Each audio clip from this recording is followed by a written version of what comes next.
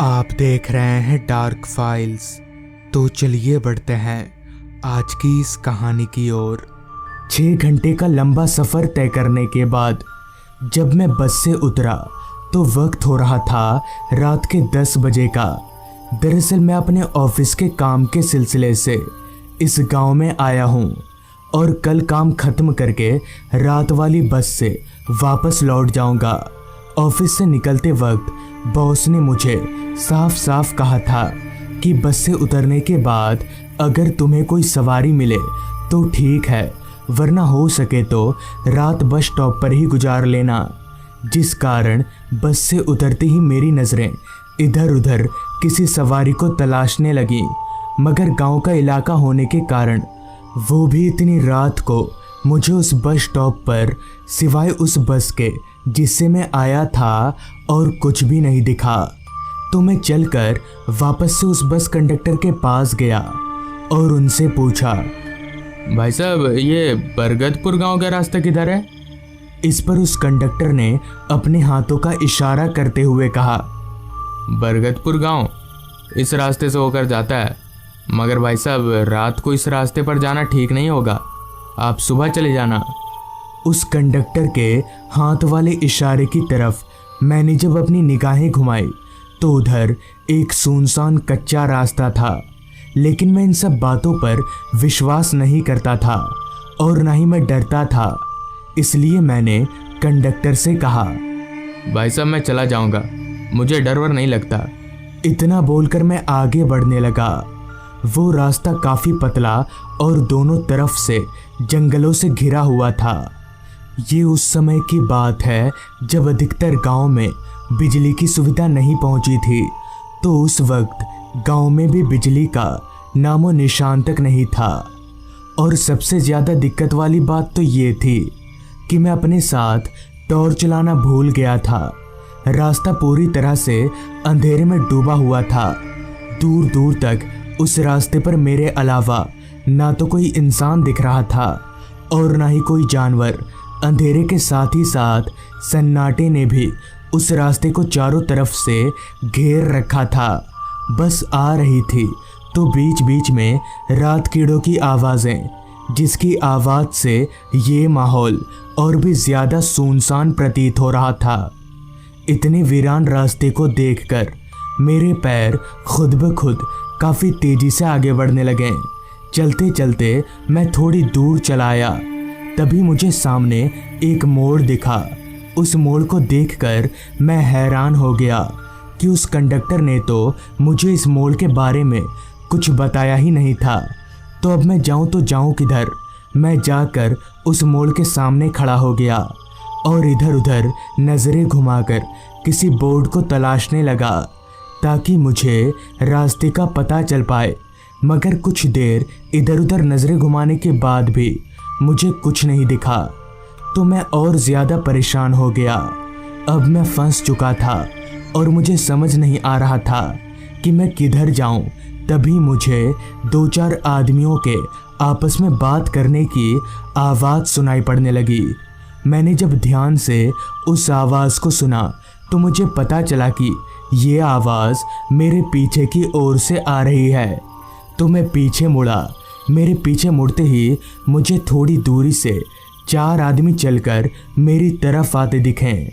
तो उन आदमियों को देखकर मैं काफ़ी खुश हुआ कि मैं इन आदमियों से रास्ता पूछकर चला जाऊंगा। देखते ही देखते वो चारों आदमी मेरे करीब आए, तो उनसे रास्ता पूछने के लिए जब मैंने उनके चेहरे की तरफ देखा तो मेरे होश उड़ गए और मेरा सर एकदम से घूम गया, क्योंकि उन चारों का चेहरा एक था। मगर ये तो मुमकिन ही नहीं है।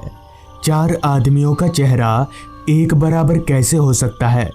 फिर जब मैंने अपनी निगाहें उन चारों के शरीर की तरफ घुमाई तो मेरे शरीर का सारा खून एकदम से सूखने लगा, क्योंकि उन चारों का शरीर भी एक जैसा दिख रहा था। और तो और उन चारों के पैर उल्टे थे। ये देखकर मुझे पता चल गया कि ये कोई इंसान नहीं है बल्कि भूत हैं।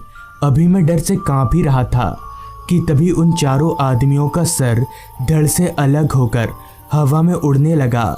ये देखकर मेरा कांपता शरीर और जोर जोर से कांपने लगा। इससे पहले कि वो भूत मुझे मार देते कि तभी मैंने एकदम से दौड़ लगा दी और दोनों रास्तों से दाएं वाला रास्ता पकड़कर भागने लगा। भागते वक्त मेरी निगाहें खुद ब खुद पीछे मुड़कर उन भूतों को देख रही थी कि कहीं वो चारों भूत मेरा पीछा तो नहीं कर रहे हैं। तो हाँ, सच में वो चारों भूत चलकर मेरे पीछे आ रहे थे। और एक बात हैरान करने वाली ये भी थी कि मैं भाग रहा था और वो चारों भूत चलकर मेरे पीछे आ रहे थे, मगर फिर भी मैं उनसे काफ़ी आगे नहीं निकल पा रहा था। लेकिन फिर भी मैंने हिम्मत नहीं हारी और अपने कदमों को और तेज भगाने लगा, ये सोचकर कि मेरी मौत मेरा पीछा कर रही है। भागते वक्त डर के कारण मेरी आंखें बार बार बंद हो जा रही थीं, जिससे किसी भी चीज़ से टकराकर मेरे गिरने का खतरा बढ़ जा रहा था। मगर मुझे ये भी पता था कि अगर मैं गिरा तो उसी वक्त ये भूत मेरा काम तमाम कर देंगे। तो मैं बार बार अपनी आंखों को खोलकर रखने की कोशिश कर रहा था। कुछ दूर ऐसे ही भागने के बाद मुझे आगे कुछ घर दिखे। उन घरों को देखकर मेरी जान में थोड़ी सी जान आई कि शायद अब मेरी जान बच सकती है। तो मैं भागकर उन घरों की तरफ जाने लगा। मुझे उन घरों की तरफ जाता देख वो चारों भूत एकदम से रुक गए और मुझे देखकर एक भयानक सी हंसी हंसने लगे। मगर मुझे पता नहीं चल रहा था कि वे भूत मुझे देखकर क्यों हंस रहे हैं। खैर, मुझे इससे क्या, मुझे तो अपनी जान बचानी थी। ये सोचकर मैं भागता हुआ उन घरों के करीब पहुंचा। तो उन घरों के करीब पहुंचते ही मुझे एक दुकान खुला हुआ दिखा और दुकान के बाहर टेबल पर 2-3 आदमी भी बैठे हुए थे। तो उन आदमियों को देखकर मुझे काफ़ी हिम्मत मिली और मैं भागकर उनके पास गया। तो मुझे इतना डरा सहमा देख उनमें से एक आदमी ने कहा, क्या बात है भाई, लगता है नए नए आए हो। इस पर मैंने अपना सिर हाँ में हिलाते हुए अपनी पूरी आप बीती उन आदमियों को बताई। तो उनमें से एक आदमी ने बताना शुरू किया। आज से 1 साल पहले वो आदमी जंगलों से लकड़ियाँ लाकर बाजार में बेचा करता था, मगर ना जाने एक रात ऐसा क्या हुआ, क्योंकि जब वो लकड़ियाँ लाने जंगल में गया तो वापस ही नहीं लौटा। काफ़ी देर तक घर वापस ना लौटने के बाद उसके घर वाले उसे ढूंढते हुए जंगल में गए। तो वहीं उसके घर वालों को उसकी लाश मिली और उसकी लाश को देखने से ही पता चल रहा था कि उसे किसी जंगली जानवर ने नोचकर खाया है। अकाल मौत होने के कारण उसकी आत्मा को शांति नहीं मिली और उसकी आत्मा भी हमारी तरह भटकती रहती है। उस आदमी के इतना बोलने के बाद उसके बगल वाले आदमी ने मुझसे कहा, भाई साहब, आपकी मौत कैसे हुई है। पहले वाले आदमी ने कहा कि उस भूत की आत्मा हमारी तरह भटकती है और दूसरे वाले आदमी ने मुझसे पूछा कि आपकी मौत कैसी हुई है। ये बात मुझे थोड़ी अजीब लगी कि भला ये लोग ऐसे क्यों बोल रहे हैं और इस गांव में इतनी रात तक ये खुला कैसे है। अभी मैं ये सोच ही रहा था कि तभी उस आदमी ने दोबारा मुझसे कहा, क्या हुआ भाई साहब, आपने बताया नहीं कि आपकी मौत कैसे हुई है। इस पर मैंने कहा, मैं मरा नहीं हूँ, आप ऐसे उल्टी सीधी सवाल क्यों पूछ रहे हैं। जिस पर उस आदमी ने कहा, पहले पहले सबको ऐसे ही लगता है भाई साहब। इस पर मैंने अपना हाथ उस आदमी की तरफ बढ़ाते हुए कहा, छूकर देख लीजिए, मैं कोई भूत वूत नहीं हूँ। मेरे हाथ बढ़ाते ही जैसे ही उस आदमी ने मेरा हाथ पकड़ा तो मेरे होश उड़ गए और मेरा सर वापस से घूमने लगा, क्योंकि उस आदमी का हाथ बर्फ से भी ज़्यादा ठंडा था। मगर ये कैसे हो सकता है, किसी जिंदा इंसान का शरीर इतना ठंडा कैसे हो सकता है। अभी मैं ये सोच ही रहा था कि तभी वहाँ मौजूद सभी लोगों का चेहरा एकदम से बदलने लगा। उनमें से किसी का चेहरा जला हुआ था तो किसी का चेहरा पूरी तरह से कुचला हुआ।